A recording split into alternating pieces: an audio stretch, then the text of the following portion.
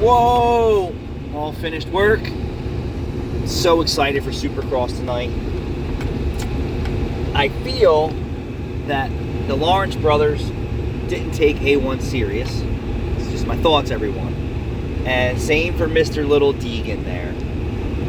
They thought they were going to come in and dominate, and they got a whole nother attitude and level up from those Supercross riders.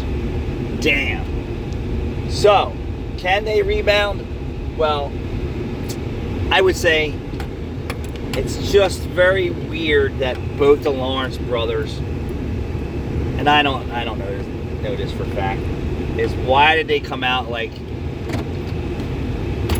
why did they go to the race? If your bike wasn't right, would you do what they did?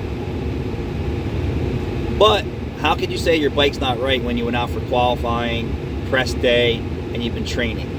So that doesn't add up. I think that those guys didn't expect the free ride they've been getting, right? This is how I feel. Those guys were in a pool of riders that didn't have the elite guys back 100%. So Jason Anderson with momentum, Coop's back with momentum, Chase Sexton's back with vengeance, Eli Tomac strong as ever, and I think they seen that. I think they were gifted a lot because no one really wanted to press and fight them for the wins until the end of 24. I could be wrong.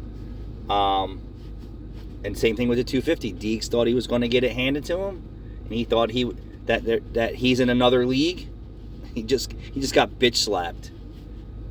You know, I think the Laurence brothers said that, you know, we're that good, we don't have to come that prepared. That's how I feel. Eli came prepared. Chase Sexton came prepared.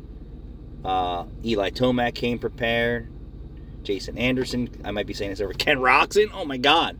Ken Roxon came prepared. So the level up and then all the top level talent is all there. Justin Barsha, dude. And then you didn't even see the other guys that, you know, and those top 10 riders shine. Like they were there, but they weren't shining. So it's going to be interesting tonight. So hopefully Deegan gets bitch slapped again. The Laurence brothers get bitch slapped again. And we're going to have an exciting night.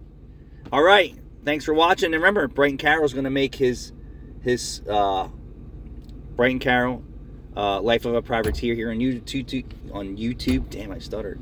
You can follow him there. He has multiple other social media platforms. He's going to miss the first couple rounds of Supercross. But he should be ready to go. And then he's going to make his debut in the 250 class, which is stacked.